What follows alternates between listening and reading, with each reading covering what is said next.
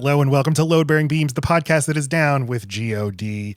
You know me. I forgot when we did Sister Act 1 a year ago, we finally formally announced and came out as a Catholic podcast. Oh, right. We've kind of forgotten to keep that up, but we are a Catholic podcast, of course. We take in the Eucharist. I'm wearing the wrong shirt for this podcast. No, it's perfect. You look just like an altar boy. I love it. Our guest, who shall remain nameless until she gets her formal introduction, is very buxom, I suppose you would say at the moment. I'd vouch for that. But I would say that is a very Catholic thing. Come on, go back to Italia. That's what all the ladies are doing. Mother's milk. Sorry. That's what it's all about. It's about mother's milk, and it's about the saints. I lost my keys. Saint Francis, help me. Okay. Then what are we doing here? We are covering Sister Act 2, which is I'm Matt Stokes. Oh, I'm Lacey Roth. I'm married to the cranky one. To the cranky one. You're definitely the cranky one of the two of us. But today I'm a little cranky because Lacey's been annoying me off mic. Our guest, I told them, our guest seemed to like Lacey's just a shark calmly swimming around in a pool, and our guest took like a vial of blood and just dropped it in, and you just saw like steam come out of the pool. I barely got started. This is so cursed. So okay. Jen, our friend Jen is with us. You last heard Jen talking to me about Best Actress in the Oscar race, but this is your first real regular episode. So welcome to the show, Jen. We're delighted to have you. Thank you. I'm so excited to be here. Oh, happy day. Oh, happy day. Told you. I knew she'd mirror me. Mm-hmm. Okay. Mm-hmm. Jen, why don't you tell people who you are and how it is that we became an item? Well, my name is Jen, and I randomly started on TikTok and YouTube because one of my friends was like, you see 8 million movies and you should post about them so I can know if I want to bother to watch them or not. So I started doing it. And then one day, a friend of mine was actually on Load Bearing Beams. So I was watching the podcast. I didn't really know anything about it.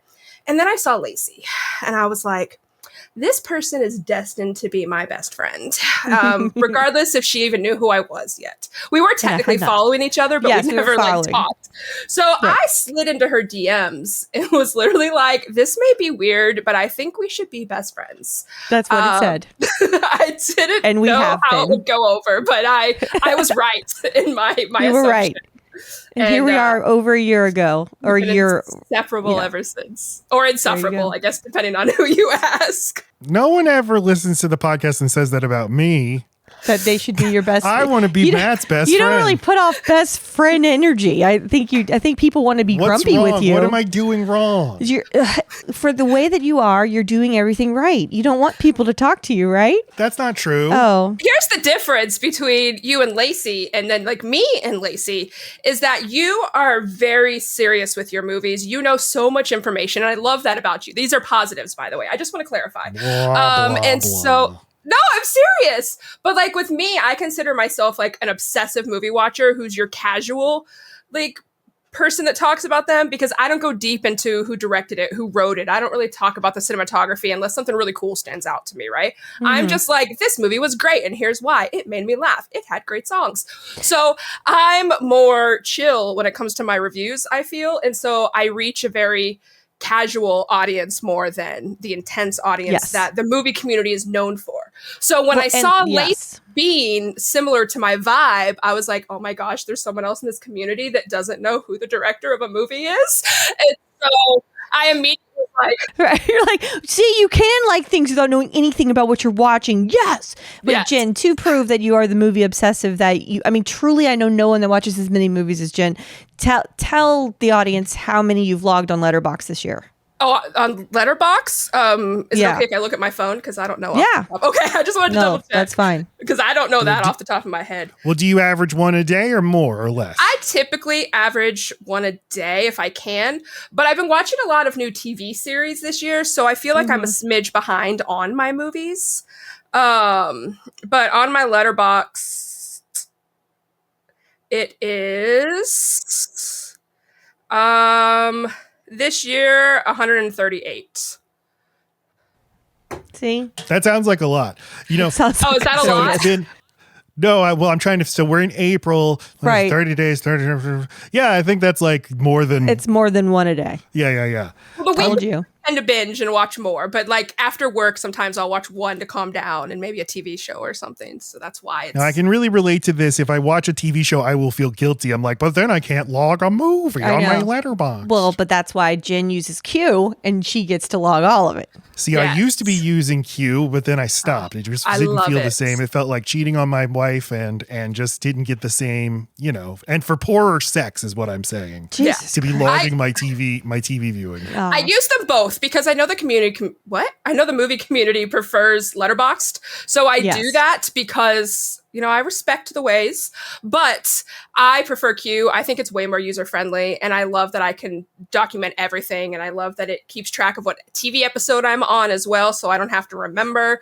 And it's a great app. Honestly, I'm not trying to plug it. It's just I genuinely love this app, but I literally do my reviews in Q and then just copy and paste them into Letterboxd because that's just what I do. Well, yeah. Well, that you'd be a fucking maniac if you did 2 separate reviews, but okay. Well, it's two different audiences, No, it's not. Like one's Facebook, I guess. You specifically requested to talk about Sister Act 2. Yes. Can you tell us why? Yes. So this is one of my probably all-time most watched movies. It just brings me so much joy. It is one of those that just makes you smile. If I'm having a bad day, I can put on Sister Act 2 and I am now singing and dancing watching this movie. I can quote so much of this movie, not even intentionally. It just happens. And it just is such a fun, uplifting time that you can't be upset during this movie. And so Sister Act as well is one of my favorite movies. I grew up watching both of them. And so it's a good time. And the songs are just catchy. They just get stuck in your head. So, do you prefer one over the other? That's a tough question that I knew was coming. But I ultimately think that I prefer the second over the first because first of all, Joyful at the end just gets stuck in your head. And I also realized during my rewatch that I know most of the dance. I can't do it, but I know it. So that goes to tell me that I've watched Sister Act 2 quite a bit. So I think I like that one a little bit more. And I had the opposite experience. I thought for sure I'd seen Sister Act 2 just as many times as the first one. And when we were watching the first one, I could quote the words, the whole script. And then we put on Sister Act 2 last night and I was fucking flabbergasted I'm like, I remember none of all I know, and I know verbatim is every single time they sing, including when they're rapping in the class so I clearly watched it a couple times and absorbed all of the goodness of it and then didn't revisit. But Sister Act 1, I must have just anyway, I would have not bet money on that. I was very surprised by it. I even grew up with the soundtrack and I listened to that all the time. When I started driving, it was in my car constantly. And so I even know the background songs that they don't sing that are like playing. So even when I was watching this on Monday night, I'm like sitting here singing to the background songs while they're talking. And I'm like, I know this movie way too well. Yeah. You're into a movie when not just the score, you're not just listening to the score like without the movie, the names of the tracks. You're like, oh yes, this is on the Interstellar score. This is Corn Maze. This is one of my favorite songs, Corn Maze. So we did Sister Act 1 on the podcast last May. It was episode 115. Everybody check out that episode. Check it. I had never seen Sister Act 2 before recently, but it was Lacey's movie and I thought it was a goddamn delight. Was not expecting to love it the way I did love it. Sister Act 1. We're talking about the first one and he hates the second one. No. Well, wait. Jen walks into spoilers. I can just tell what's happening and I'm terrified. I'm trying to paint a picture to everybody. Paint a picture. We're going to paint it. I'm sorry. We watched the movie a year ago. I did a lot of research into it and thought Whoopi Goldberg in that movie, honestly, I don't make an Oscar ballot for every year, but I might just say she should have won Best Actress that year for that performance. That's such a movie star performance, carrying, just putting a movie on her back. So wonderful in that movie. Yes. And I was excited. I was like, I had no idea how good this movie was. Can't wait till we watch Sister Act 2. We held it off for a year, but here we are with a big episode with a big time guest. And Jen, now, before I watched the movie, I was like, what am I going to do for the history segment? Because like I feel like I pretty exhaustively covered Sister Act 1 a year ago. All the kids. There's all the kids. I hadn't seen the movie yet. Well, so I was like, should I just rerun the thing last time? But then I watched the movie and I realized it is a very, very different movie. Very different feeling movie, very in lots of interesting ways. And so there's a ton here. And there's like I didn't know that like there's a specifically how the Black community of America has really adopted this movie in a way that they didn't for the first movie. How the movie was not very well received when it came out, but just instantly became a classic on VHS and on TV. And basically, I had the exact reaction that white critics at the time seemed to have. That now that I'm reading like what the director has to say, he's like, yeah, the people who didn't like it, they all looked a certain way. And I was like, oh, that's what I look like. And that's exactly what I thought. Which is, I feel like it's like a Hellraiser sequel, or it's like in a long running, the Die Hard sequels. The Die Hard sequels all started as scripts unrelated to Die Hard. And then they're like, hey, we'll take this script and we'll put John McClane in it. And now it's a Die Hard movie. And that's how I felt about Sister Act 2. It's like they had a choir competition movie and they're like, but can we stick nuns in it? And I feel like those two movies don't comfortably go together. Well, that's like, I would like to see Whoopi Goldberg play a teacher with these specific kids, and I don't need the nuns coming in every few minutes and knocking on the door and be like, we're here too. That is what I was I feel the exact same way. Like I love the music in a way that Matt will never equal. I like the music. But I love it. Oh. And I know it very well, and it's important to me. So that bumps it up like almost an entire star in my review, which I will not give right now. But when Matt told me they made this movie less than a year after the first one came out, my heart sank because I was like, that's not good. That's not a good sign. That's way too rushed. And when Maggie Smith is not in the first scene, I'm either thinking, okay, they couldn't afford her, or they are not doing this right. Like it just already felt like the nuns were being used the wrong way. But anyway, let's do the history and dig it, because I'll do the thing where I talk about the entire movie before it's time. Okay. Okay. We give it, we up at the front, we're like, just so everybody knows, this is kind of how we're feeling about the movie this time. I love the first one. I'm very mixed on this second one, but I think it's very interesting. And I think that the kids are all great. And Lauryn Hill is a superstar. Jennifer Love Hewitt, not much to do in this one. Right. And I think it speaks but really. She's there. She's there. Not even, but she did 3 albums in her career and didn't sing a lick in this fucking movie. Yeah, but I don't think it was like this girl has an incredible voice. It's just she can get in a choir. We bought some songs for her. Now sing. Go sing them. Got it. For JLH. Right. A Bronx girl or something, even though this is in California. In this movie, she's credited as Jennifer, quote, love, unquote, Hewitt. I guess she wasn't very nice. Love. Speaks really well to Whoopi that like she allows herself to be second fiddle to the kids. Yeah, like she's there, but she's like this movie's about the kids, whereas the first movie is all about her. That's true. Yeah, and what I said to Matt is that I think a big dynamic shift that tonally changed it for me is when Whoopi's playing the outsider, the one with, the one who's shaking things up and is like trying to be a better person. Like she's being taught too, and she's teaching them in the first movie, and in the second one, like Whoopi's already arrived. She's confident in who she is. She's a little intimidated by these kids, but she doesn't take her but a few seconds to figure out what to do with them. So there's just less of a learning curve for her, and that gives her less to do. But if you think of it as, well, she's letting these kids shine, then yeah. And I can see what you're saying, but to me, I obviously am going to feel different on almost every point you guys make today. I know. Which one of us loves this movie, but I'm okay with that because I still love you both. But I kind of feel the opposite because, like you said, Whoopi did come in confident. She knows who she is. She's done this nun thing before. She knows she can pull it off. She's not concerned. And then she gets here and these kids want nothing to do with her. They hate music. They just want to pass this Edie Birdie class, and they just they don't care at all what she has to say. And so she's trying to get to know them. And then even in a scene later, which I won't go into because I don't want to be like Lacey, she thinks they're vibing with her and they're not. They're making fun of her. So it takes her time to get there.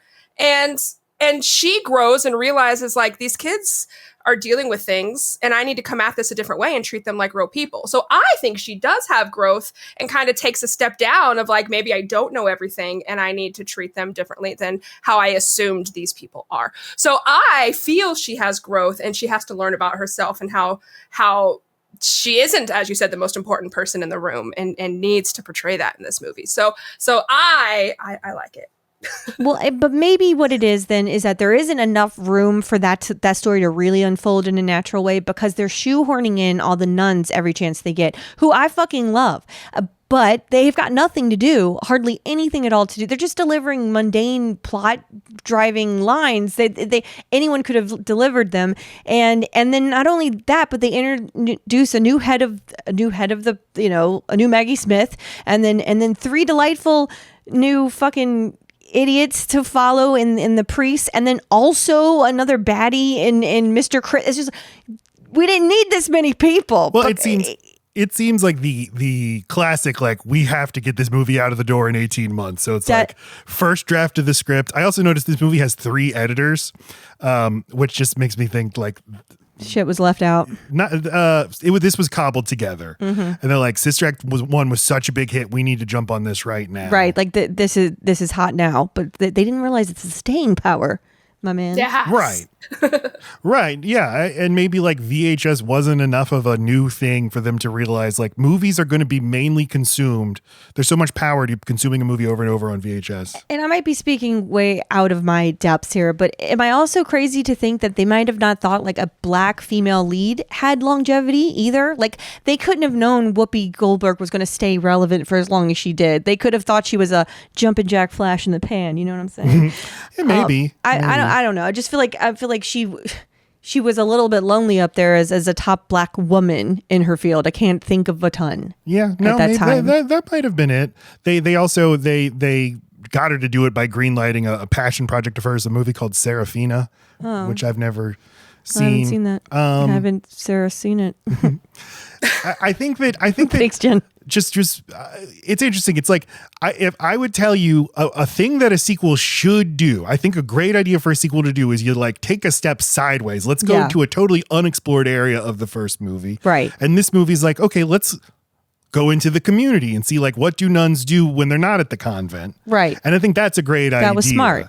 But by not having enough time to develop the script, you're like, well, but then what do we have all the other nuns do? That juice that we got in the first movie of the tension between Whoopi Goldberg and Maggie Smith and Whoopi Goldberg, lying to them, that's all gone. So we have to Buzz Lightyear this. We have to reset Buzz Lightyear to Spanish mode so that Spanish Buzz Lightyear can have the same plot points. It is a Buzz Lightyear problem. What do you do with Buzz Lightyear in the sequel? You reset the people or you reset him.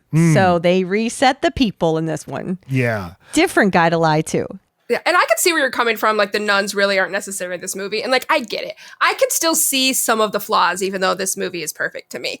So I can overlook them. But like Ball of Confusion is just in there to be in there, so the nuns can sing a song, right? But for someone who loves the soundtrack, I'm like, I'm happy it's there. So it's a great fucking song. It doesn't make me go like, why did they do that? I'm just listening to it, singing along, and enjoying it, and I can look past the weirdness that they're just all of a sudden singing a song and then they go away again. So honestly, you just bring up a great point. That's all they needed to do to begin with. Have Maggie Smith drive the whole thing, or just one or two of the nuns, not all of them, just the 2 funny ones or whatever, that's fine. And then bring all the nuns in for that song because she needs to show them what a real choir does. And that's your way of saying, hi nuns, okay, bye.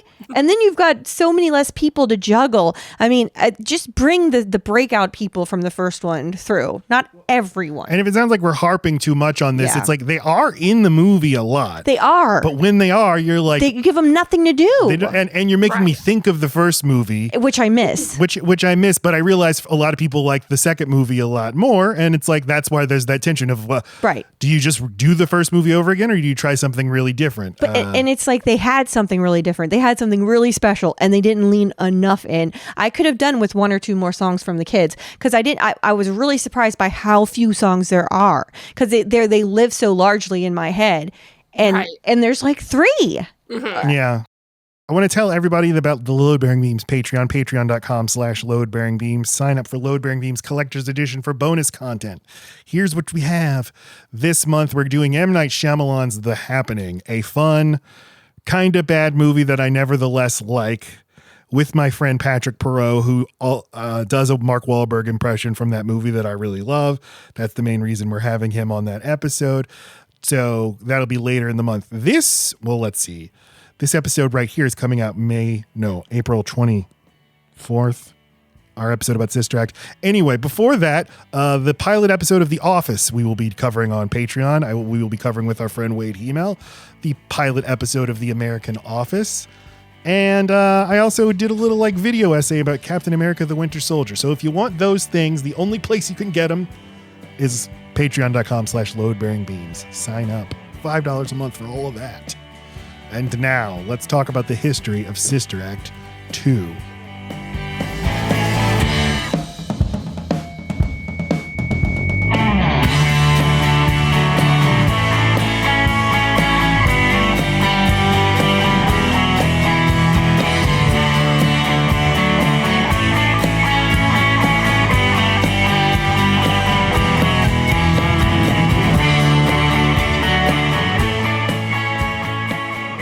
I just realized that another reason why this movie might have really worked and done something positive for the Black community is because it was Trojan horsed in with it seeming like another white women movie. So maybe without all the check-ins with the nuns, maybe your average white person doesn't get all the way through this movie and get a better appreciation for music of that time, fashion of that time. Yeah, I was wondering, I think that Sister Act 1 was such a big hit, and Sister Act 1, has a black lead, but a largely white cast, and it's the black woman, just injecting some life into these stodgy old white ladies, and is a big hit, with white America, whatever that means. So they make the sequel, and the same people will go to see it, but now it's a much blacker movie for the sequel. Right. And I think there is value in that. And there's value in not saying, how about this is not a Sister Act movie. Whoopi Goldberg plays a totally different character and the kids are all here. But there's this thing where now that's considered a black movie. That's exactly. It gets siloed off into its own thing. Exactly. And because they did it this way, it probably got in front of way more people. Right. I mean, I know it did. And it got to get ingrained more in little white kids' lives. And I know for me, I was already into hip hop music and stuff, but this would have been a really validating thing to watch. Because I love anything with music and dancing, but most of it at this time, except for not until Drumline was I watching all black cast movies. Sister Act 1 was an enormous hit, $232 million. It was the 6th biggest movie of 1992. And again, Sister Act 2 comes out 19 months later. They really rushed the movie into production. Irish twins. Whoopi Goldberg said which is what I call Jen's boobs. Sorry. Go on. Whoopi Goldberg has this quote, 2017, she said, quote, "I think Disney was kind of shocked that the movie blew up and did as well as it did. And they were like, okay, we're going to do another one. For me, I feel like it was great, but it wasn't as spectacular as it might have been. But then again, I wouldn't have gotten to play with all these wonderful actors. So you never know. But I think it's fun. I think people like 1 and 2 because they're kind of the same film, but very different." End quote. The first movie was directed by Emile Ardolino, who had also directed Dirty Dancing, Lacey's favorite movie. I didn't mean to have my perfect cup right now. Excuse me. Now, there is really there are a lot of like retrospectives on this movie. There's essays about this movie. There's like, where are the cast now? We catch up with the cast. There's not a lot of information about the production itself. So like I couldn't find why wasn't Emil Ardolino brought back. The other key person from the first movie was Paul Rudnick, the screenwriter, who's like the guy who started it all, had this idea for a woman going undercover from hiding from the mob, going undercover as a nun, writing a much like darker and sexier screenplay. And he was really disappointed with what Disney did. Like it's Disney. Disney-fied it. Right? So, what do you think they were gonna do? Yeah. So both of them not brought back. In fact, Emil Ardolino died of AIDS a few weeks before Sister Act 2 comes out. It is interesting. The two primary creative voices of the first movie were both gay men who were replaced for the sequel. Oh. Yeah. I wasn't connecting the dots. Now you've done that. Yeah. So the director they get, I did a double take when I saw that Bill Duke directed this. Bill Duke, both one of the greatest character actors of all time. You know Bill Duke, the big imposing guy from Predator, from Commando, Menace to Society, a million TV shows, but he's also one of the most important black directors of the 80s and 90s with movies like The Killing Floor, A Rage in Harlem, and Deep Cover. And Deep Cover I started watching Deep Cover last night, and it's amazing. But Bill Duke was himself trying to like break out of like, I'm a black director who makes like black movies for black people. And the 90s, was the heyday of what they called the hood picture, movies like Boys in the Hood and Poetic Justice, and then sort of the parodies or the responses to that, like Friday and Don't Be a Menace. Slow Drink Your Juice in the Hood. Yes. Yeah. Did you look up Dangerous Minds to see when that came out? I did not.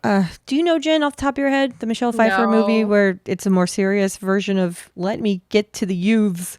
All right, y'all talk amongst yourselves.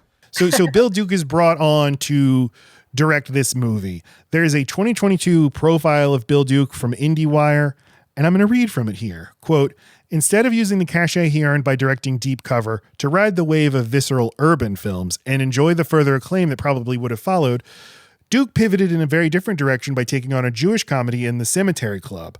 Adapted from the same titled stage play, the film stars Ellen Burstyn, Olympia Dukakis, Diane Ladd, and Danny Aiello as widowed spouses who form a bond through loss, heartache, and late blooming love. Lacey, that sounds like a you movie. Have you ever seen this? I'm gonna watch it. Sounds totally like my shit.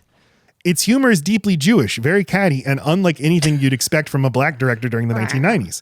Duke consciously took the project to break out of the box felt by other African-American filmmakers. In fact, when shooting wrapped in the press tour began, the director found himself bombarded with questions asking why he, a black man, took on a white-centered film. When Duke would bring up Spielberg directing The Color Purple, those same writers would simply reply, that's different. How? What's most painful for the filmmaker is how unconsciously such microaggressions emerge.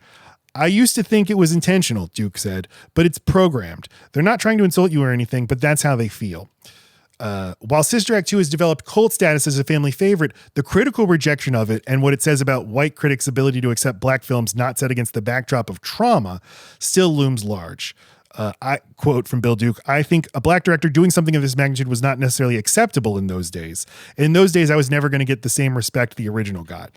End quote. So I had no idea that like, in the industry and sort of in like the critical arena, there was this idea of the divide, the sort of racial divide, even in terms of who directed it from these two movies. So there was way more meat on this bone to like the making of this movie and the reception of this movie than I knew about.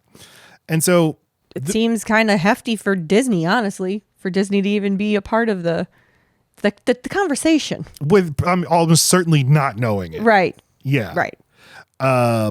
And the movie was a relative disappointment. It earned only $58 million compared to 232 for the first, and the critics were very dismissive.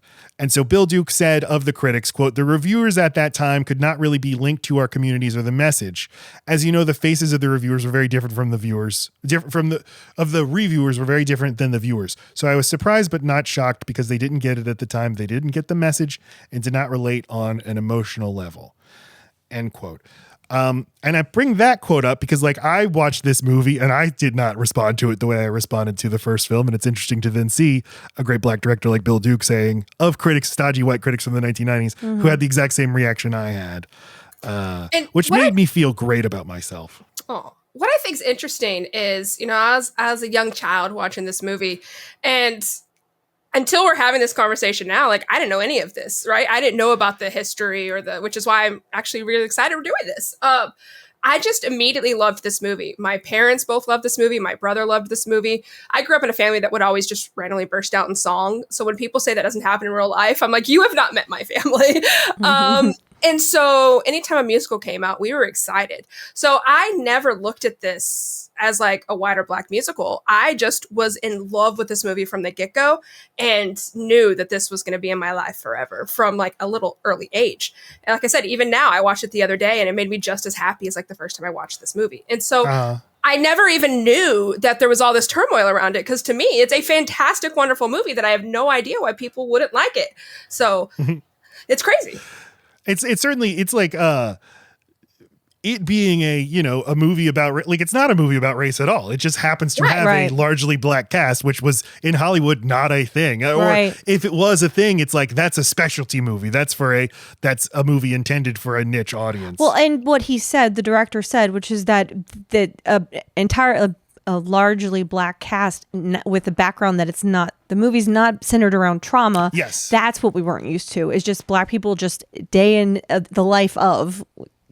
Like, yeah. Well, if they're not going to be a device for why we're even making the movie, then what are they here for? We got white people that could do that, right? It's still, it's still, black filmmakers will say it's still a thing. Like the black movies, there's like a ratio that get awards attention are almost always historical movies. Right. When Moonlight won Best Picture in 2016, it was very like refreshing. It's like, oh, that's a movie directed by a black person with a black cast, largely black cast, that is not about historical trauma. It's just about people living their lives. That's why it was refreshing. So just to spot like one specific thing in the movie, Lauryn Hill, and I think Lauryn Hill, who wasn't a superstar yet when the movie came out, but she becomes a superstar a few years later, and I think that certainly helps the movie and its popularity and its legacy as well. There's the scene with her and her mom, and she's like, "Oh, I'm joined the choir," and her mom's like, "No, don't join the choir." And we watched this scene and I was just laughing. I was like, this is insane. Like I expected her to say, like, don't you know what happened to your father? He was eaten by a choir. He died from the choir. But it's actually more similar than you think to that. That is a common concern of well, that's what we read of black parents. Thanks, Lacey. That was a segue. Cut my part out and you just go into yours. Yeah, I thought this was the most ridiculous scene in the movie. Like, why is she reacting so hard to her daughter joining a choir? It's like, don't you know how we feel about choirs?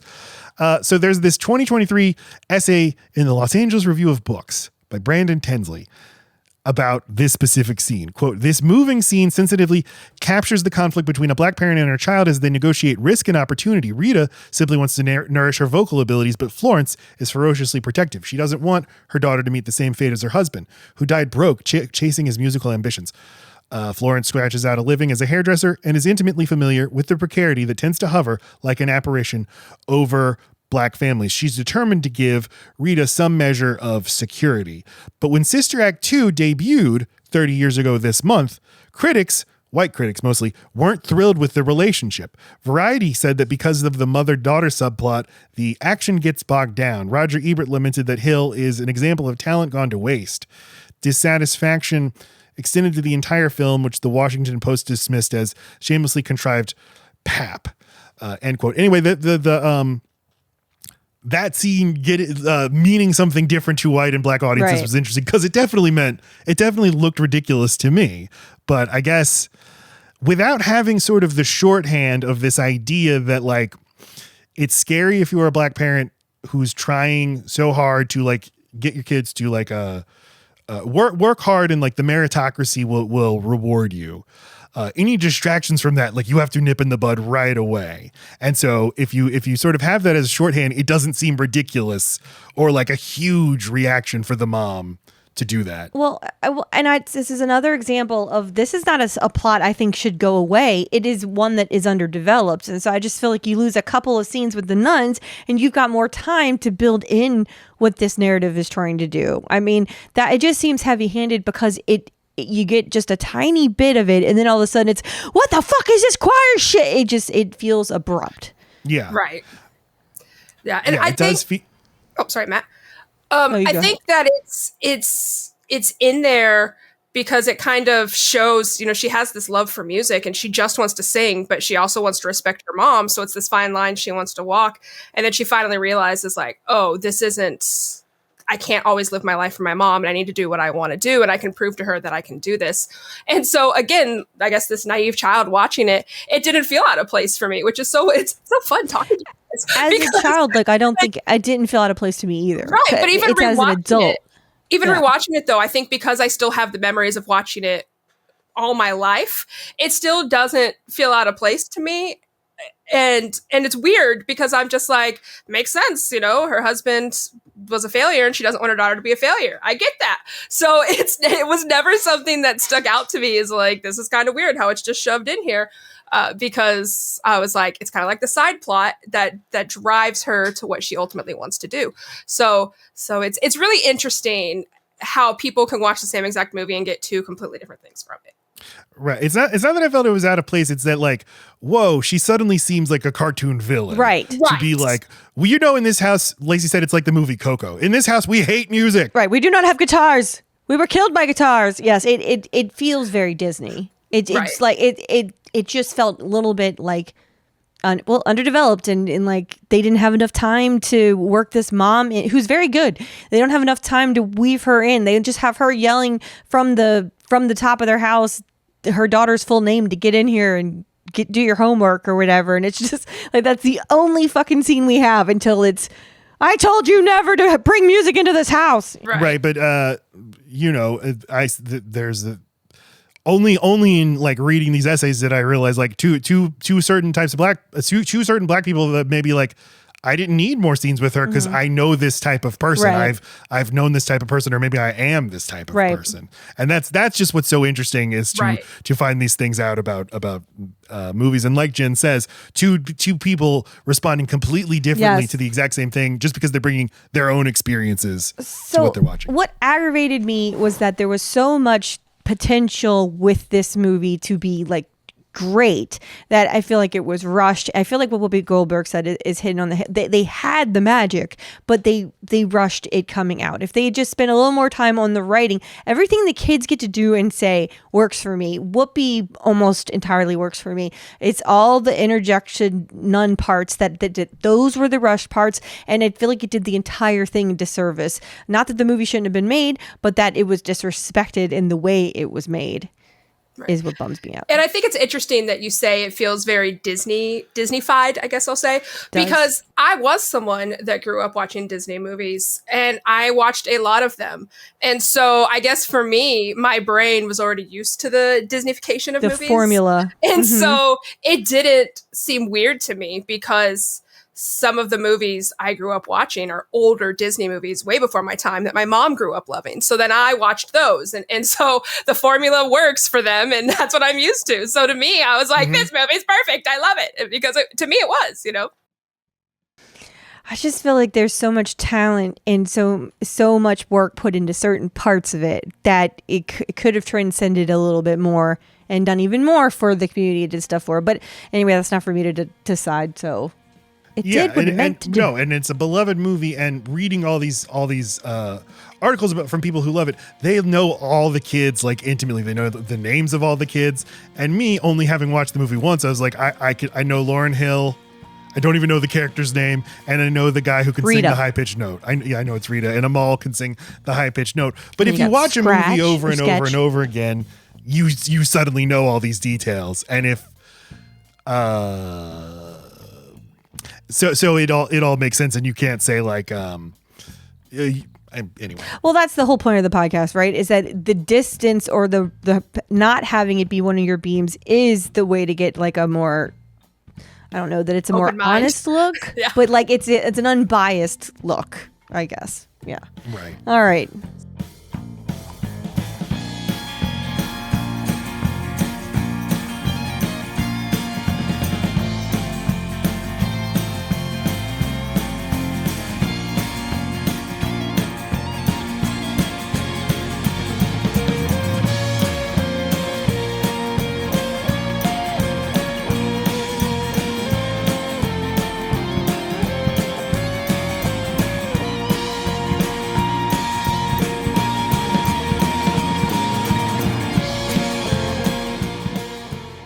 So the movie itself opens in Las Vegas.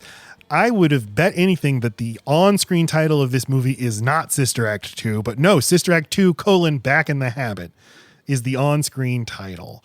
Las Vegas we are, and Dolores is a star. How? We don't know. What the fuck? All she did was she was in a freaking witness protection. Blast her into the freaking ecosphere. And what happened to Harvey Keitel at the end of the first movie? Is he dead? I don't know, but he's in Reno, baby. And this Do we is remember? No. He was held off to the slammer. I feel like him dying would have been a little too severe. Well, then, okay, if he's alive, I think the movie missed a big opportunity. Yes. I feel like Dolores should have gone to visit him in prison like Hannibal Lecter. Oh, yes. Or he for like could have, advice. or he could have added like an element of like, oh, got to do this before I die. You know, there you go. That's the other thing. There you go. I feel like the first movie has a little bit of menace to it. It does kind of start as a crime movie that then stumbles into a funny nun movie. Whereas this movie is always just like, oh, it's just a sweet movie. I've never thought of Whoopi Goldberg as having like a stacked ass body, but I forgot until I saw this opening scene of her. Right. Damn, she's a brick house. And a series of hunks comes out to woo her. It's funny that you're like, how did she get famous? And in my mind, I'm like, well, it's obvious because at the end of Sister Act, when you're watching the credits roll, they're showing all of these albums she put out where they were like gold records. Right. And she's on all these magazine covers and she's this huge, massive star But because why? because everyone fell in love with her as fixing this. The Pope does not have that kind of freaking But wait, sway. is she a recording artist or what is she? Right, because she became a recording artist. Yeah. Of covers? Well, I mean, we don't know what happened in those 19 months. Maybe she put out some of her own songs. Fine. This is where your I'll accept imagination it. goes, Lacey. I know. But to me, it never even registered. Like, why is she doing this now? Why do people care about her in Vegas? Oh, I wouldn't have either as a kid because but I mean, even now, I didn't think of it because I'm like, well, duh. At the end of Sister Act, she was in all these magazine covers and she was a huge star and people wanted to see her. And not to mention, sometimes I don't know half the people that are at Vegas, but they're famous. So there's people that niche is there for that want to see her. They want to see her flying around like a nun. And I would go to that show, but I think it's more cruise ship quality than it is Vegas. Which I love. Strip. I know you do, and I do too, but not Vegas. Anyway. But like a Vegas residency, right? That's like a late career. That's Celine Dion. That's Celine Dion. That's right. Spears. That's Cher. Katy Perry. Also, it seems like this is at a lesser Vegas casino. Yes, this is a smaller venue. But You're she's right. doing this. This show she's doing is like her story from the first movie. Right. Which I didn't notice the first time around, but she's singing. And then I ran away from Harvey Keitel, and then I was a nun. Yeah. Starts flying around. So, some 3 nuns show up. We got Mary Patrick. We got all the best Mary Stewart, Patrick Mary Robert, and Mary Lazarus. Lazarus, I love Lazarus. Our 3 favorite nuns from the last movie, and they show up and they're like, "We're here, sister, and we need your help." So okay. Here's what this movie's going to be about. So how we had our convent, right? You helped us save that. Good. Check. We decided we will also work at a school, an unrelated school, St. Francis It's school. not unrelated. It's the one that she went to as a child. And she's like, I went to St. Francis. They need serious. good teachers like you. And they're like, well, funny you should mention that. Will you please take a van ride all the way to San Francisco? And she's like, absolutely, unrelated. No questions asked. Right. I owe everything to you guys. And drives back to San Francisco. They give Maggie Smith like a movie star entrance. And listen, both these women are delightful They're together. powerhouses. They carry the first movie. Too bad the magic isn't here again this time, but that's all right. I know it's built up as it's going to be this really touching thing, and it kind of works for me because I love them from the first, but I can feel what you're trying to do to me, Disney. I don't like And it. Maggie Smith is like, well, okay, let me get to the bottom chase line punch. will you abandon your life and be a teacher for us? And she's like, a teacher? And she's like, yeah. Guilt. Okay, I'll do it. You are the perfect example of how a sow's ear can be turned into a silk purse. Not how I would have put it. And she's like, yeah, okay. And okay, listen, this is all, we're in like minute 7 of the movie and the movie's already like, okay, she's dropped her entire life. She's a nun again. Got it. I admire the movie for doing for like, Matt's like, shoehorn that in. You know that we have to get all this out of the way. Let's get it over and done with fast. She's back at the nunnery. Why? Don't even worry about it. Don't even. And it's a different set. It's a more elaborate Harry Potter like nunnery. Because it's at a school now. A school. A school. And the first movie was not a school, right? No, right. But this one's oppressive in a school-like way. So can you, Lacey, help me understand who all these gentlemen are? Okay, so I got at first I'm like, oh, here's a meeting of the teachers. I'm like, that's not enough teachers. I'll agree with you there. Yes, like what is this gathering? It's our 3 favorite nuns in addition to Mary Clarence. And then you've got our 2 goofy guys who we're going to love the rest of the time. One of them looks like a Kmart Billy Bob Thornton. The other one is the goofiest little guy you ever did meet. And they're both who priests. You might recognize as Mr. Noodles from Elmo's World. That's who it is. He's such a noodle. So the stern one teaches Latin. It's very boring. The other one teaches goofy guy stuff. I don't know. And then you've got the head of the school. I want to say Cornelius. I don't know. Well, like Father Maurice is the principal, and then James it. Coburn plays Mr. Crisp, who's like the administrator. And there you go. There's the biggest sin of the whole movie is Mr. Crisp. Number 1, weird fucking name. Why do you want me to all hung up on this name? And why do we need him? He's just another guy we spend way too much time with. He doesn't matter. I understand what he does, but he barely does it, man. He's just creepy. To me, it seems like Dolores used to be a sex worker and he used to be a John. And the whole time he's trying to figure out, where do I know this lady from? Did I fuck her? And that's where I think it's going. And it does not satisfyingly get there. Because if you're going to do that, I want it to pay off. You didn't think he fucked her, Jen? You didn't think that, Jen? That's Chris got his crispy dick. We up were in all there. thinking that. Please, we saw this Disney movie, this PG Disney family film, and we're like, he's a John, right? This is about a sex trade. No wonder you didn't like this movie. You were watching a completely different movie. I was just expecting other things. And I'm saying, if you're not going to pay off Mr. Crisp, get your crispy ass out of here. No, it is, and it's one of those sequel things like, why are we introducing so many new characters? Right. But they've extinguished the tension. The engine of the first movie was the tension between Whoopi Goldberg and Maggie Smith. Yes. And also, she's a nun, and she's a secret nun. And in this movie, here's a thing, a really basic thing in this movie is like, her being a nun doesn't matter at all. It makes no difference to the way she teaches the kids that she's a nun. Right. It's not even a secret really anymore. Why does she even have to be a nun other than this movie is called Sister Act 2? Well, I mean, they set up why it's just easier for paperwork if she's just already a nun and a teacher. The red tape, Matt. Right, but shouldn't the movie find some things that specifically relate to being a nun to explore? True. Well, they said she had to either be a nun or a teacher, and she's neither of those. So because she's neither of those, the only way they can bring her in is to have her be a nun, because they won't let her come teach as not a certified teacher, but being a nun, totally okay at a Catholic school. But if you can that's why they had to bring her in as a nun, because you can't be a teacher otherwise. But they don't know she's fake. Only the women know she's fake. The guys don't figure it out. I know, but there's nothing to put her to the test the way they're like, they don't even make her do a prayer or anything. I'm like, oh, they're at a dinner table. It's going to be another repeat of her having to fake a grace. Shouldn't she be like at a bar dressed in her nun's garb or something? She doesn't get caught, and there's no test. The kids are not suspicious at all. It's just, yeah, it's fine that she's a nun again because that's the movie, but the tension's gone, so it does lose a little. And then a fucking another Joker comes out of the kitchen, and yeah, I end up liking him because he runs around in his chef hat all the time, so stupid.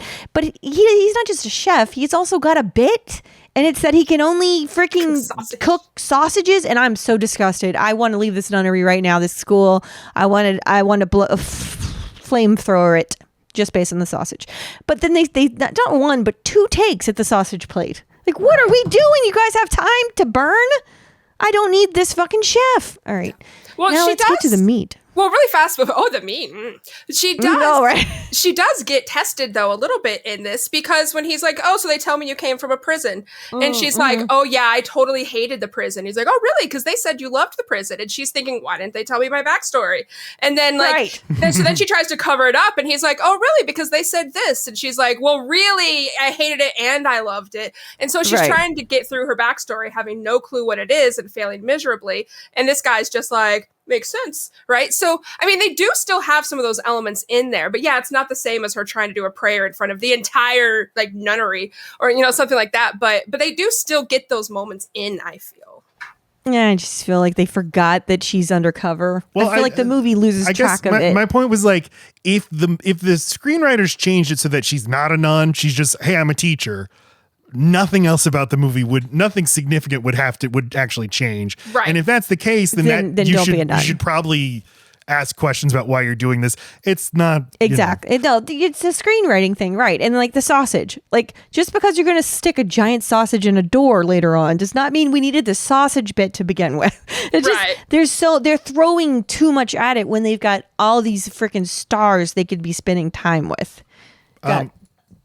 Yeah, Jen, you reminded me of a sort of running gag, not even a gag that happens in the movie that I like, is like she goes to talk to Father Maurice and he grills her about her backstory, and you're like, yeah, why wouldn't they tell her what her backstory is beforehand? The nuns in this movie now are like, we lived through the first movie. We know you're magical. Right. Whatever you do, it's going to work out. We don't need to tell you your cover story. You'll just do your thing. Basic information. Maggie Smith had a touching reunion with you where I said 5 things and none of them were to prepare you for what we've already said about you that were lies. Yeah, except that Jane may not be there anymore. I don't need to put on my seatbelt. Sister Mary Clarence is here in the car with me. I don't need to. Right. I don't need to look both ways before I cross the street because I'm with Sister Mary Clarence. Magical Clarence. The Pope loved her. She'll be fine. She's been blessed. Yeah. This is the problem with religious people. They've taken that shit too seriously. So they're like, oh, wait till you meet your class, your class of unruly teens, this music class. It's so dingy in here. Look at the walls. The class, the kids. Let's meet the kids. Oh, okay. Jen, let's meet the kids. Names are so bad for me. That's one of my Don't worry about it. But I will Just give me personalities. Frank, hey, ho, hey, ho. He was like one of my first ever crushes. I loved this man. Okay, there was something about him that I just loved so much. It's so innocent of you, Jen. I know. But I loved him. He was perfect. Maybe that's another reason I think this movie's perfect. But he's the stereotypical white guy that is into hip hop and wants to be friends with all of them. And he's trying to do a rap career, and they all think he's a joke, but yet they all love him and are friends with him, right? There's a tension, but mainly they love him. These kids are a nice group of friends. They are a nice group of friends. Like you think, like this is a pretty diverse group of kids, and they're all happy to just like hang around with each other, and they're like here for each other, and they have like little jokes they make about each other, but really it's real sweet. It's all love. Oh yeah, absolutely. It's all solidarity against that rotten teacher who comes in and wants to stomp on our fun. We're telling yo mama jokes, please. Yeah. And what I love about this is they get like every little stereotype in here with all of these kids, like the one in the front with the hat and the little, sweater on. He's your brown noser, and he's all about wanting to learn actually about Whoopi, when the rest of the class is just like, shut up, man. Right. And then you've got like off to the right, you see Jennifer Love Hewitt putting her makeup on in class because all she cares about is how pretty she is. You've got the one that's sleeping in the front because he works all day, comes to school, and then he goes back to work. And it's like they hit all the different like known stereotypes of high school students, I feel. And then of course you've got the really popular girls that are in the back, and they're the ones that just kind of bust out singing and getting everyone else going and singing as well. So it's just, they all vibe together ultimately, but they each have their own individual personalities that really bring them together. And I totally agree about the main kids. But another flaw of the movie is that there's about 7 more kids than they actually need. And if they were just background, that would be fine. But they give them each one line each. It is so bizarre. But anyway, all right. So this. Oh, I don't mind. You don't mind. I mind. You know fucking the ones. Mind. You know the ones just like from this introduction. Like, okay, you're the ones I have to pay attention to. Obviously, Lauryn Hill, you're the like lurking in the background, like you're the skeptic, but Whoopi's going to win you over. She's going to win you over. Methinks. I like that she describes it. This is a bird class. You fly through this class like a bird. You like that? That's a nice way to put it. I like that. I did too. Okay. I thought it's creative. And then they're all like, so glad. Yes, they make the bird noise to help us understand. That's what this is. We have Wesley James, who prefers to go by Amal because he rejects the name that his assimilationist parents gave him. And the rest of the class is like rolling their eyes at him, but they still they call him Amal. They respect his choices. Yes. This is a nice group, I think. But Whoopi's like, I'm going to rain some hell. I'm going to scratch like I'm Robert Shaw in Jaws on the chalkboard and get their attention. And I'm going to tell them, hey, punk, your mom is so dumb she got hit by a parked car. And that got a legitimate laugh out of me. I was like, that's great. I've never heard that before. She's not your typical nun. And the kids later are up on the roof doing like a group rap. Well, group rap. Now this is very true to life. In my public school, this happened all the time. This and especially in birdie classes, like it's funny, but music was a birdie class at Riverdale, because you literally learn like the scales and you learn like 5 things, and once you've done that, the rest of the time you're playing spades and hearts and doing this, rapping and making fun of each other. So this is probably the most movie thing that they do, but it's also the realest thing.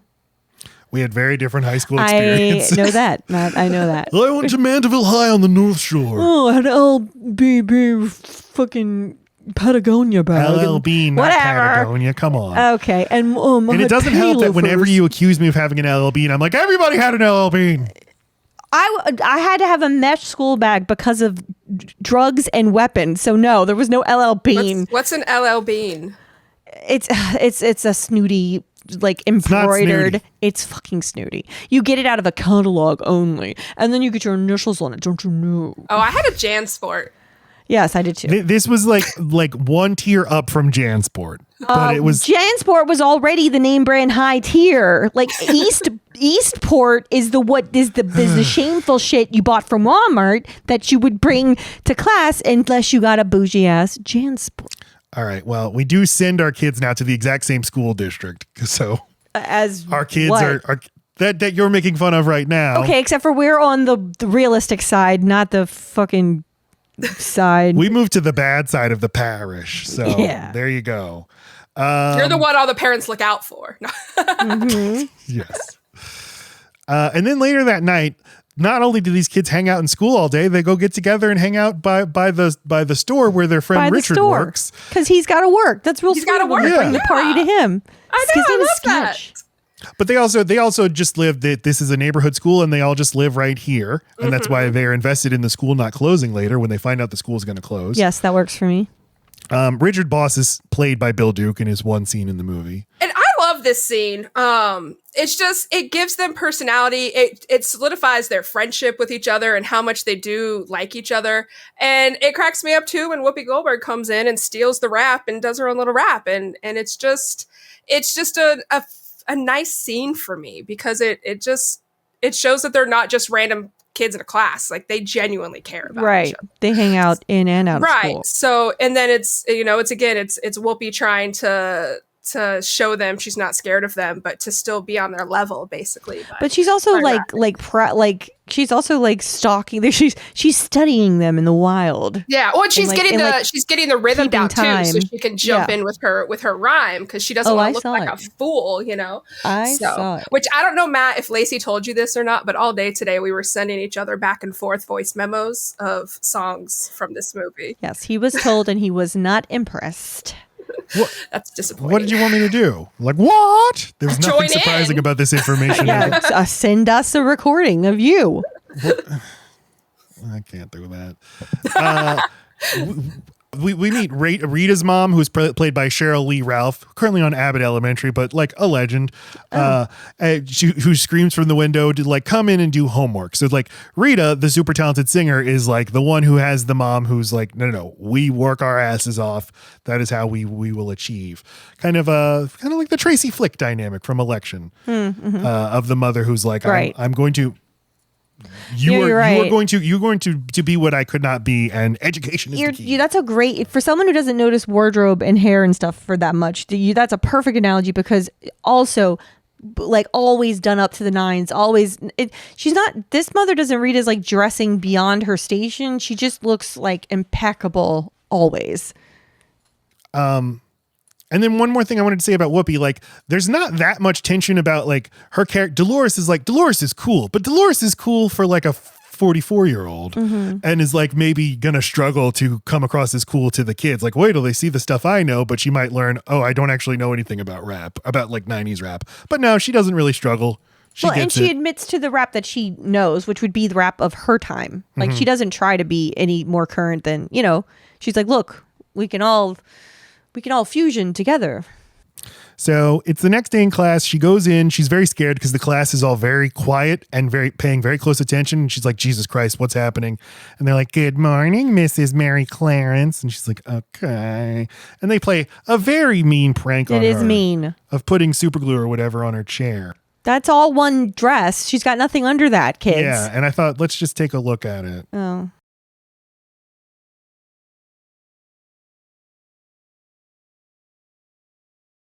Oh. Yeah. I thought you were saying we're going to look at...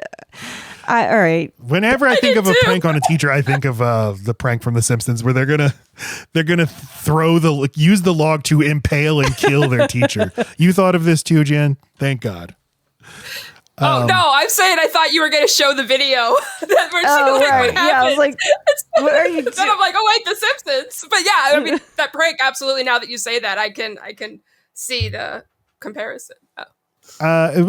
She's very funny. Like she just scoots out of the classroom and just scooting around in the hall. And then the hall's tilted because it's a poor, bad foundation, and she just goes back. Yeah, that is a good gag. So like cut to her packing her bags, and the other nuns come in and they're like, oh, packing your bags? You know who won't look kindly upon that? Jesus Christ. But no, do whatever you want. I thought they were kind of sincere in them saying, we understand. This didn't really go well. Go back to show business. I'm sure the money is better in show business. All right. Those guilt given And she nuns. looks over. She's like, Maggie Smith. You've you know done what it again. I hate about this place? There's nothing to pick up and throw. Yeah. It's all nailed down because of these kids. Because they didn't get her a bidet. Right. But that room is charming as fuck. When they show the room, I'm like, she gets a window and a cranky thing and some sort of stairwell thing. Yeah, I loved it. The little clock stuff in it. Like, I'm like, what a cool Yes. So steampunk. This is I think this is where she goes to like go give her resignation to the principal, right? But she overhears a secret meeting that the school is going to be closed. Oh, I didn't realize she was going to give her I thought she was just being a sneaky peeky. Or maybe she wasn't. Maybe she's going to go, hey, what do I do about these stinking kids? Right. She was just being a sneaky peeky. Yeah. Okay. They're having like a meeting with the money people from the Catholic Church. The crunchy numbers. Yeah, they're like, the numbers don't look good on this school, Father Maurice. We've crunched the numbers, and the Archbishop says we got to close this Never school. heard of them. And I think it's like if they close it, the administrator can take early retirement, so it's not even totally on the level. It's just like, we want to close the school because wink, wink. I'm done with this. And Whoopi Goldberg's like, oh, this shall not stand. So she goes to the other nuns and she's like, guys, I'm staying in this school and we're going to save this school or something. And I'm Mary Clarence now. Don't call me Dolores anymore. Just forget, for all intents and purposes, I'm a nun now. And they're like, okay. Oh my God, you misspelled something, Matt. You fucking weirdo. Oh shit. What did I misspell? Class. Yeah. Sorry. This is embarrassing for you. All right. Now we're back in the class. Oh, no, I'm kidding. I'm kidding. No one's going to see it. Matt, I don't know what you want me to say about this. I didn't want you to say anything, Lacey. You had to, you derailed me by criticizing my spelling for a thing no one's even going to see. Idiot. This is just for our own internal use. Fucking moron speller. Dolores goes into the class and she's like, all right, motherfuckers, I'm not putting up with your shit anymore. We're going to do things a whole new way. And Lauryn Hill gets up and she's like, but we like the old way. And she's like, well, if you like the old way, you can just get out. And Rita does get out. And she's like, come on, friends. And her friends are like, no, we're going to stay for some reason. They've never had a teacher actually care. Yeah. They need to pass this class. Now, here's the thing. Let me make music more fun for you. What do you like to do in music? And some girl's like, I like to sing. Sing? Okay, so she sings. And then she's like, I had no idea you could sing that well. You know what I'll do? I'm going to turn this music class into a choir. And they're like, but choirs are lame. And she's like, huh, you think choirs are lame? I'll show you. Show you something. The hippest shit you've ever seen in an old folks home. All the white ladies you could ever want let's go. And then we get a delightful fucking number where I guess Dolores has been like teaching them on the side. Oh yeah. Oh yeah. Oh yeah. That's what the world is today. Let me hear you sing. Sorry. They have chemistry and charisma for fucking days. Every nun has a very distinct personality that there's something about using the ladies in a choir formation that the director and music people understand how to highlight the individual people. They should just do this the whole movie, but with the kids. Mm-hmm. This is like, oh yeah, the first movie, right? This is what the first movie was. It was nuns singing, and now they're like, hey, we're here too, woo, woo, woo. But it works because she gets back on the bus with the kids, and she's like, still think choirs are lame. And they're like, we think choirs are all right. No, they still think they're lame. I think it's really nice the way they handle it. And then she's like, all right, well, they're about to get on the bus, and it's really hard to sing in front of people like you, so show these bitches some respect. And they do, because that's really what it's about. That's what this generation's about, and all young people are about, is like, respect us. We give respect. That's what kids don't get, is respect. I think we're old. So she's preaching to their choir at this point. Yeah. Ooh. All right. You took the kids on an illegal field trip. It didn't even occur to me that she didn't get a permission slip, Matt. Damn it, Whoopi. Yeah. That's what she does, though. Her boss gives her a talking to. She's like, this was an unsanctioned field trip, and from now on, there will be no field trips sanctioned or otherwise. And also, like, we're closing in 3 weeks. What are you doing? What are you doing? Why are you even teaching? You're polishing the fucking chandelier on the Titanic, my guy. What are you doing? Just reel in the TV cart and press play. Right. Or start taking the Jesus sculptures you really, really want to keep. Right. Yeah. In the copper wire. Yeah. So the school's closing very soon. Let's keep things safe and boring. But the kids are outside and they overhear this and they're like, oh no, our school. We got to save our school. We like it here now. So let's maybe start respecting our teacher and showing more interest in this whole choir thing. And in fact, let's spend our entire day in this one class. We'll never go to another one. Right. Presumably this music class that's a 45-minute class once a week. It takes them the entire length it takes to walk to the old music room. That's just half the class right there. It's in a different building. I certainly never had a music class that was every day. But even if it was, for 50 minutes a day, you're fixing up. You're getting free labor out of these kids to fix up this old music hall, beautifully restore this shitty piano. But everybody's into it. First, they sing Mary Had a Little Lamb, and it gets everybody activated. I like that one of the girls is like, I don't know Mary Had a Little Lamb. The love boat soon will be taken. Yes. Do you know Gilligan's Island? It's my favorite. I love that Mary Clarence is like, I just met your soulmate. But that I don't know that actress's name, but I like her in everything she's in. Which one? The one that sings The Love Boat. She's right so in the middle. ticky. Yes, she's got so many ticks and like she's just really spastic, but she's always that way in every movie, and it is funny every time. I was surprised. I have no idea who this other really great singer is. Like, this person didn't make any cultural impression in my life. The one that sings with Lauryn Hill at the piano. Although I think of this scene all the time for some reason. This idea of Lauryn Hill looking at someone and saying, you've got a voice that could, where you could really make it. And I'm like, you're Lauryn Hill! You're fucking Lauryn Hill! Makes me crazy. It's Lauryn Hill saying that to her friend. Right. That you, my unknown friend, have a voice. This is Tanya Blunt plays Tanya. Okay. Tanya Blunt is an American actress, best known for Sister Act 2 Back in the Habit. See, and once I realized Lauryn Hill had not made it with the Fugees yet, then I got less mad at this scene. But in my head, she was already a fucking rock star. Like, oh, you unknown lady, you could really make it. Me, Lauryn Hill, I could only do this Sister Act thing that I'm doing. Oh, Tanya Blunt, Tanya Trotter Blunt is one half of the Grammy-nominated duo The War and Treaty. Okay. There you go. So she made it too. But good for her. But Sister Mary sheepish woman, the one from the first movie who Bangs. I just call her Bangs. Yeah. Here's Rita singing and she's like, oh my God, you have a beautiful voice. And it's it's a very good scene where Rita's like, yeah I know. So what? It doesn't matter. And she's like, the nun says, "You're just barely 17. How do you know what you're going to get to do and not get to do?" I thought that was a wise thing to say. But Lauryn Hill says, like, "Have you walked around this neighborhood? It's not exactly the land of opportunity. I might want to sing, but what's the point?" Yeah, it's also a wise thing to say. Yes.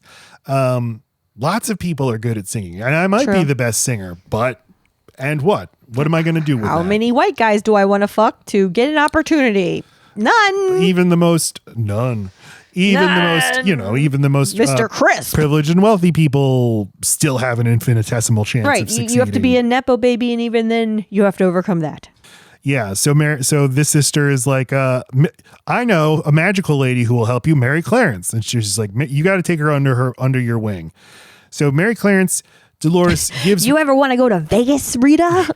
gives her the book Letters to a Young Poet with the message: if you wake up in the morning and can think of nothing but writing, then you're a writer. Ergo, you're a singer. You're already a singer. You know, if you love to sing, you find ways to sing. You figure it out. Right. You don't need anyone to validate what you already have a passion and talent for. Like Jen is a singer, even though Jen doesn't get paid for it yet. Jen is a singer. She sang at her graduation. I did.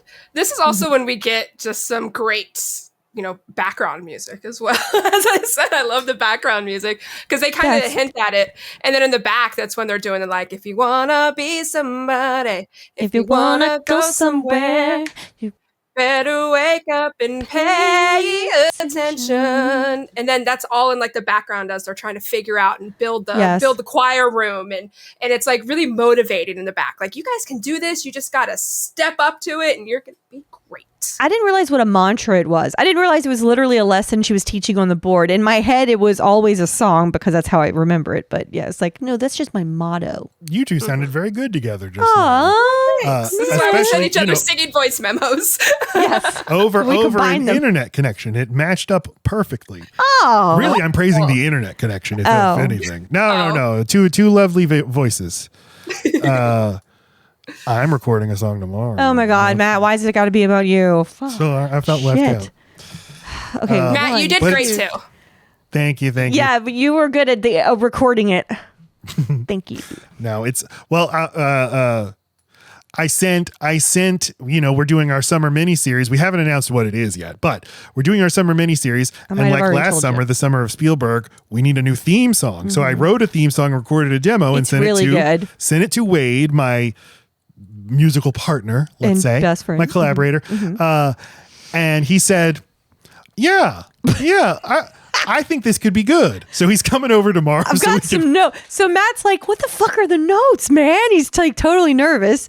But that Wade's like a virtuoso. He's masterful. He's like the Mary Clarence of musicians. He'll make magic happen. Yes. Anyway, so it's a compliment. Matt just gets in his feelings about his fucking music. I look forward to hearing it. Unlike the Summer Spielberg one, which I liked, this one I immediately loved. So. Oh, I ended up loving the God, he's getting mad. I ended up loving the Spielberg one, love. Okay, it just took a minute. Well, let's not forget you have another great theme song too. Yes, you've all there are there. You know what? There's going to be an infomercial of only your songs one day, and I'm going to watch it. I was just hoping that this one would go down as easy as the last song, but he was like, "Oh yeah, this is good. Let's just take some time to work on it." I was like, "What? No." Anyway, Rita is going back to class now. She's joining the choir. La la la la la la la la la. La la la la la. La la la la la. La la la. Amal has a wonderful, beautiful little voice, but he's being a little sheepish. He's not opening up. He's not projecting. Being a little bitch boy, kind of like Bangs. And they have their choir performance in front of the whole school. And here, Amal comes into his own, does a solo, and hits an impossibly high note that even I, not totally into this movie watching, I was like, oh shit. Oh, fuck, yeah. Fuck. Oh.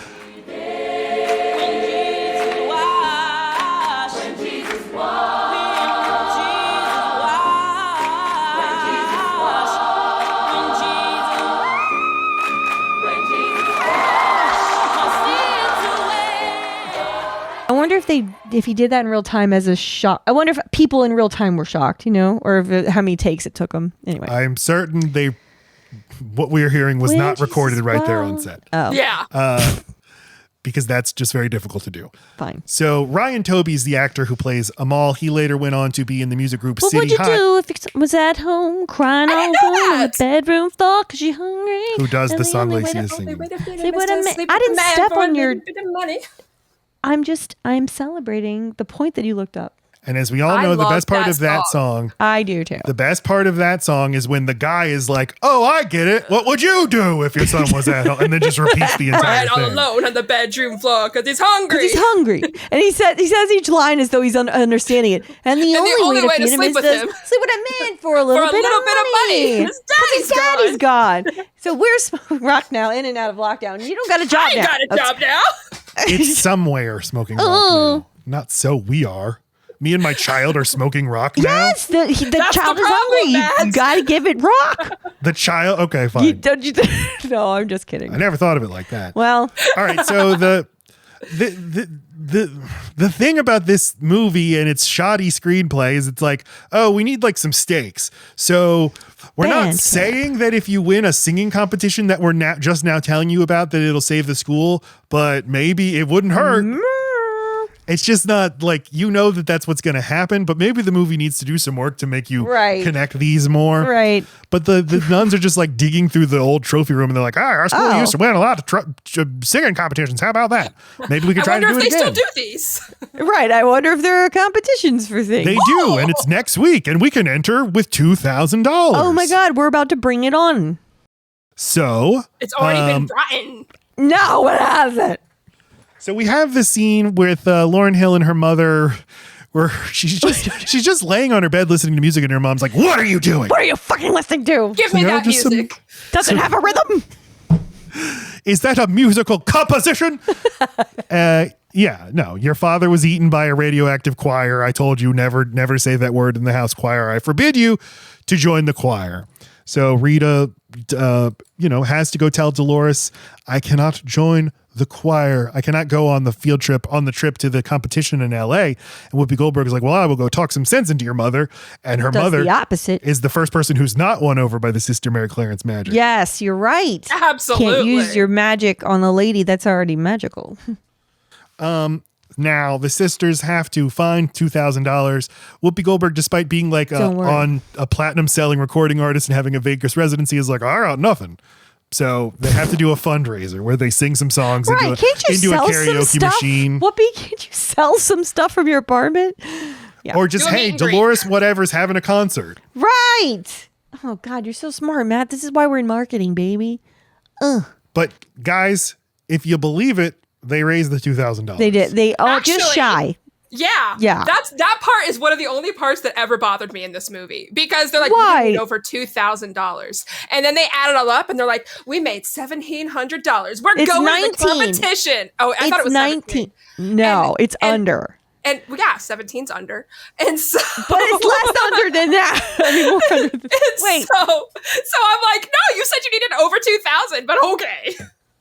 They've got they could take it out of the fucking thingy. Just make it over 2,000. Wow, what a triumph. We made $2,015. 'Cause they have to be We're the getting ice cream underdog. tonight. You They guys don't get get on it. the bus to go to LA, and Rita's like, wait up, bus driver. Here, I'm getting on. And Maggie Smith is like, do you have your permission slip, Mr. Potter? And she's like, why, yes, I do. It's right here. Don't look at it closely. We did see her forge her mother's signature. We did.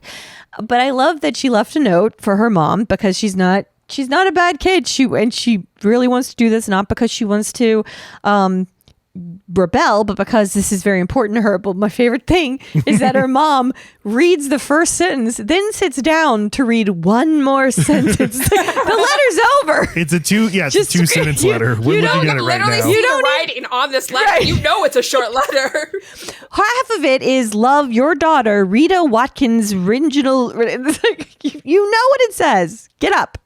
And now there's this thing with like the fathers, the archdiocese has like discovered who Dolores truly is. She's a chanteuse in Vegas, a harlot. We got to stop her for some reason. So they get in their own van to go beat the kids to LA. And they drive crazy. Yeah, We it's don't just- need another bit. We don't need it. Just more stuff. So yeah, the contest itself. Let's hear about the contest. Well, they apparently this is the most lax fucking stage direction kind of place ever. Because they are allowed to stand in the wing the entire They fucking just stand time. there the whole time. They are clogging up curtain left. I'm just saying. Yeah. So right. they are They're like on both ends. right. So we get to see a little bit of every kind of choir that you could maybe think of. And I always have been taken aback by the fact that the one that's won the last 3 years in a row, I'm like, all they did was sing a choir song. They had no innovation. Every other example they showed at least was innovative in that it was a quartet and that they had dance moves. They had some sort of like spin on it. All they did was like this like militaristic like they're just very rehearsed. Wow. What drives me crazy, this is another one of those things that probably no one else cares about. See, the little things bother me once in a while, and then everything else I'm like, I don't care. But it's that, so we know that this other big intimidating group sings the same song, right? But at the same time, they're not, because the guy's like, and this choir also singing Joyful, Joyful. I'm like, no, sir. The first choir sang Ode to Joy. They did not sing Joyful, Joyful. They sang a different song. The lyrics might be similar, but Joyful, Joyful and Ode to Joy are not the same song. So when he comes out being like, also singing, shabby like, ass. No. Wrong. No. And I also like that they pretend that they're going to wear robes because they didn't all dress in like color coordinated street clothes. That didn't happen. But like I feel so uncomfortable in this. And at the last minute, Dolores is like, take them off. I want y'all to be comfortable. Were they going to be doing backflips in the fucking robe? Were they going to be doing kick open side to side in the fucking robe? Yeah. Lauren's clogs would have looked ridiculous under that robe. The other schools, they're richer, they're whiter. I think that they had a couple. I don't know. I thought they had a kind of diverse. It was a mix. Yeah, I thought so. But I think if I remember correctly, they're all from Southern California when they get introduced. And then this school from San Francisco, and you can hear people like spitting on the ground. San Francisco. Puh. That's by that prison. It is the prison. The kids, it's the like rock. They need one more obstacle, and the kids are like, we don't want to go out. We're scared. And Whoopi's like, where the Germans bombed Pearl Harbor, were you scared then? Yes. Because well, I do like what she says. Like, if you want to be somebody, you got to wake up. Because listen, if every time something scary comes up and you turn around and run, you'll be running for the rest of your life. Whoopi knows. Yes. They do a big number in their regular clothes. Take off the robes, guys. Look like 1993 kids, and they sure do. Look like the most giant toddlers. Jen's crush with your fucking overalls looking like Tommy Pickles. He looks fucking crazy. They do a medley of some songs that are great. Fucking iconic. Best song ever. A lot of Christian stuff. It's very, again, Christian. We're a Catholic podcast, so we really like this. We love a papacy. Are you? We love a papacy. I want to paper the whole town with papacy. When there's not a papacy, I'm like, come on, what are you doing? The scariest thing about the movie Conclave, no papacy for the time being. The whole fucking time. And again, this here, I mean, this is where Lauryn Hill and also Amal, the What Would You Do singer, really shine, and just good on Whoopi for totally seeding the spotlight. Like, she is there present on stage. Yeah. She is doing stuff, but she is not like center focus. She's in fact wearing black, and the rest of them are super colorful. Right. It's the way a photographer has to get into the middle of everything to like get all the shots, but you have to wear black. You're not supposed to ever steal focus as a photographer, which is why I didn't last as a photographer. And don't forget, I hope I'm not stealing some thunder, but while this is all going on, the guys that came to stop this saw the kids and realized how much they've grown and how much they really want to do this. And then they decide to lock the mean old grumpy man in the closet so he can't stop them from performing. And they're watching these kids perform, and it's bringing tears to their eyes because they're so proud of them and how much they've grown. And they don't care anymore that Whoopi is this harlot from Vegas. They just want these kids to shine and be amazing. And it's like it's finally all coming together, and that these kids can just truly be appreciated for who they are and the hard work that they've had. Right. All of that As stuff they is are. all of that stuff is the stuff I don't buy in the movie. All I don't right, buy these priests all being like, oh, figured the that's why we kids. skipped No. I guarantee you, whenever they all saw that old ass crotchety man in the dressing room, and they all went up to him and were like, "Hey, I know your name. Thanks for coming."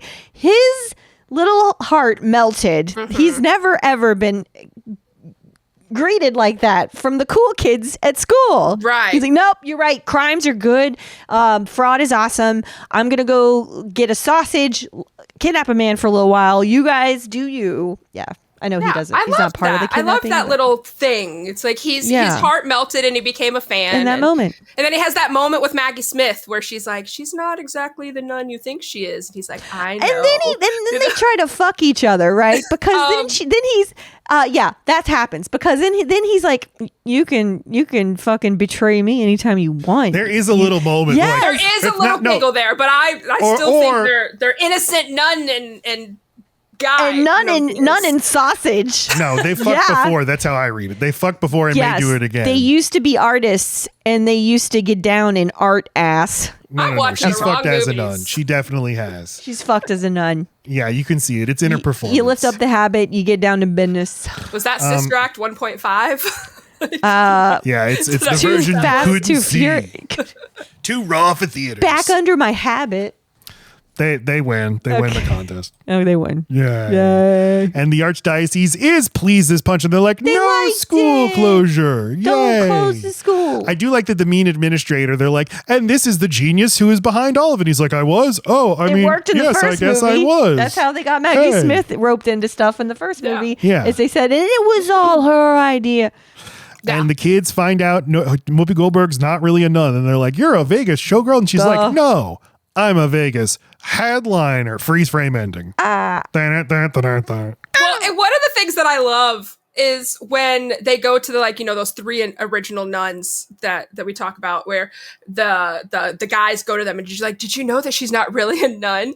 And the one that I just love so much that I can't ever remember her name, but Banks, as you were calling her, she just goes trying to act surprised, but it's like so over the top and fake. But I just love it. It's like she draws my attention every time in that scene because she's literally just like.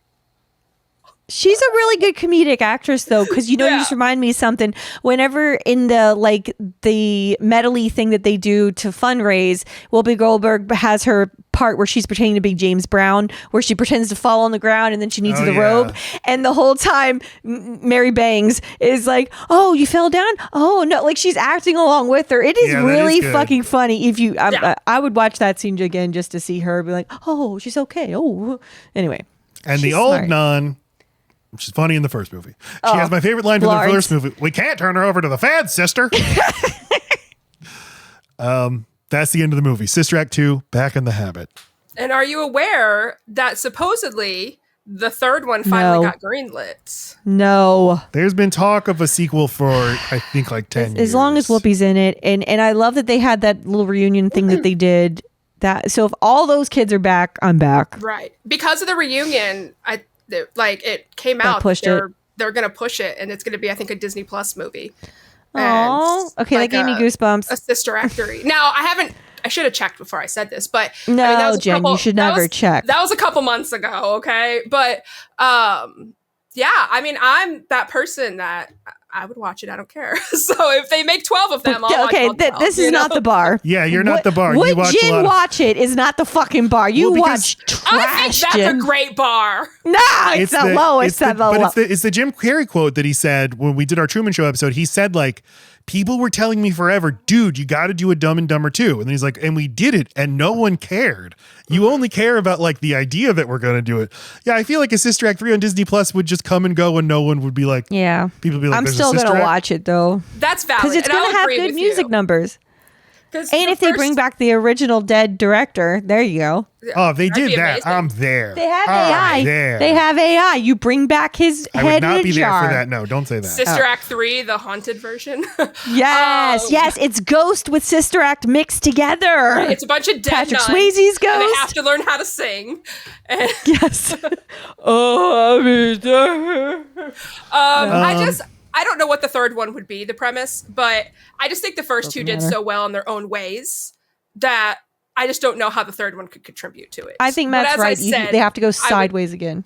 I would still see it. Yes. That's one where it's not like so on a pedestal for me that it can't be touched. I could see Whoopi's got endless steam, and when something's so like contingent on the comedic brilliance of one person, I think it's easier. Like when you think of Beetlejuice, you need everyone to be on their A game. It's not just on Michael Keaton. I was not looking forward to that. But this, I can see Whoopi in the mix of anything, including The View. Okay, but this is like what I was saying. Beetlejuice has been out for a year. We own it on streaming. I have not seen it. Beetlejuice 1 is one of your favorite movies. Yes.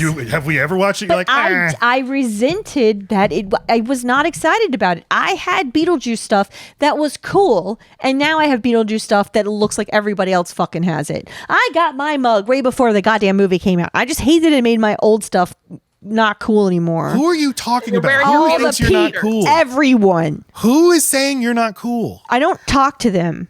I think so. I don't. Thank you, you Jen. Also but have apparently never my watched bar is low. Only for movies. Only for movies, not for people. I'm not a movie. Have you watched Hocus Pocus 2, Lacey? No, because you'll never watch Sister Act 3. Oh, you're an idiot. I don't know why I'm fighting this fight. Right, because this is a movie about good songs. Like, there's no way the third one's going to get that wrong. And I will watch any garbage that is interspersed with amazing songs. I would just say this. No. How about this? No. Whoopi Goldberg, just be in movies again. You're great. Oh, that would be nice. She was so great in Star Trek Picard. And like she doesn't act that much anymore, but like she's fucking got it. She was wonderful as Guinan in the Star Trek Picard series. That's a good point. Be in stuff. Just be in Whoopi stuff. Goldberg.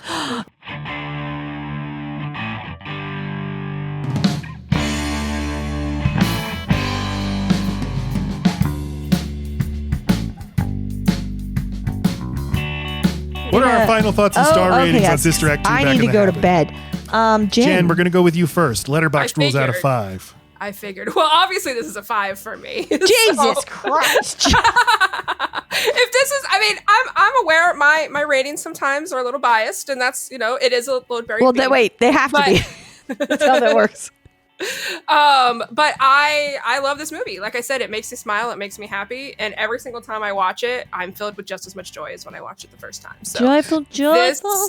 This will always be amazing. You're down with G-O-D? Yeah, you know yeah, me. you know me. Who's down with G-O-D? Everybody, right? So it's just joyful titties, oh, Jen's abounding. I just really liked the first movie, and this is not. I didn't get the same. Right. Joy out of the second movie. The things that people seem to love about the movie, I like too. I like the kids. I like the singing. I think that Bill Duke for a non-musical director, he does a really good job directing musical sequences. For a guy who is mainly an action director, that's true. You even really get the joy of the live performance. Yeah. The opening number is so much fun. Mm-hmm. This is just. I don't often accuse. I think it's sort of lazy to say like this is just a movie with a bad script, but I really think this is just a movie with a bad script. It didn't give enough to do to really talented people. Our guest on the last episode, Craig, really opened my eyes to this idea. Stop giving half stars on Letterboxd. I hate half stars, but I do it once in a while. I lean on them hard. It's really helped me. It's like eased my mind. So I'm just going to say 3 stars. See it. I recommend it, but I don't love it. I also want to give it 3 stars. I do love it. I don't like it. And I'm not angry. I'm just disappointed. It feel like I love what it did. Jen! I would rather you be angry than disappointed. I see what wasn't totally developed, and I miss what could have been, but I'm appreciative there's 2 because 1 wasn't enough. It's my little half star. So fuck y'all. It's the half star of a movie, but it's getting 3.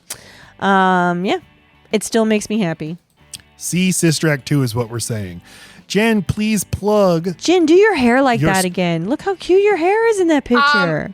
That's my goal, but the problem is I can't physically get it done right now because I can't. Because it hurt. Oh, right. That's why my hair is so long. I've never had my hair is this so long. long. I've never been this long in my life. That's my usual length, honestly, or maybe a little bit so longer. Cute. But that's normal. And one day, I hope to do it One again. day. I didn't mean to bring up a sore topic. No, it doesn't I'm bother sorry. me. I'm hoping maybe it might happen in May. We'll see if I've gotten there yet. So maybe sooner than later. Who knows? But yeah, Jen Walks Into Walls. I'm on TikTok. I'm on YouTube. I even do Instagram. Right now, they're all the same videos. But I mean, still follow me on all three because you just love me. But I do a lot of movie reviews. A lot. I try and post twice a day. So every once in a while I'll do a TV series when I just absolutely love it, like The Pit, for instance. And then I also go on cruises throughout the year. So sometimes you get some cruise stuff content in there too. So that's I know we want to go on a cruise so bad. Well, tell me when and I'm there. Jen comes with it. I feel a double cruise coming on. Tell me Talk when. to you know who, Jen. I mean, the obstacle is getting the babysitter. Instead of my trip to Louisiana, we'll just move it to a cruise ship, you know? Just we boat. Yeah, He loves a boat. But yeah, everybody please I love it. Sorry, go follow Jen. Links to her social media channels in the description. Jen walks into letter in numeral two walls, and it's been a delight having you on the program. Thanks, and please come back in the future. I would love to. I have so much fun with you guys. Hopefully, Matt enjoys his time with me and Lacey. I can already tell he did. I told you I'd be honest, and I can tell he did. Yeah. No. Plus, I have a mood ring I slipped onto his toe. He doesn't know it, and it's been pink the whole time. I love it. Perfect. That's right. What do we have coming up on the show? I don't fucking know. No, sorry. Death Proof. Next week on the show, episode 158, we're covering Quentin Tarantino's Death Proof with I Cinema wish it Chris, was fucking first-time Quentin guest. Tarantino. This is Quentin Tarantino. Oh, we're only doing his half. Dumbass. Yeah. Yeah, that's why it's We're called not doing Death Grindhouse. Proof, not Grindhouse. I hate you so fucking much. Ironically, I've never seen this. It's this one's good. I remember liking it. I haven't seen it since theaters. I haven't either. And so I've only seen like the 90-minute, or I think it's a shorter version that was in the Grindhouse cut. Anyway, look forward to revisiting this movie, Death Proof, with our friend Cinema Chris. Tell everybody that you know that load-bearing beams will change their lives. It will open their souls. And open doors. Oh my God, you're going to go so high. To the papacy. It's who you know, really. The pape. Changed my life for the YouTube. better. Sliding into DMs. We're on YouTube, Load Bearing Memes Pod. I'm on Letterboxd at Matt Stokes 9. Lacey is on Letterboxd at Load Bearing Lacey. Let's see if Lacey can not talk over me while I do this. I never talk. My band is Rural Route 9, and we do the music for this show, including the song you're hearing now. Our album. Joyful Lord, we. Oh, he was still doing it. The album is The Joy of Averages. Get it wherever you get music. That's all I'm done. I hate this. I hate you. I hate you. I quit this podcast. Okay, I love you. Goodbye. Joyful, joyful Lord, we adore.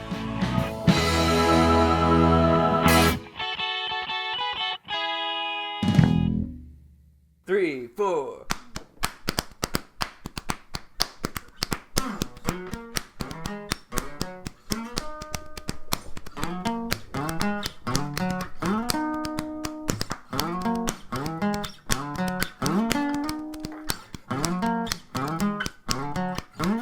Everybody, love bearing kings.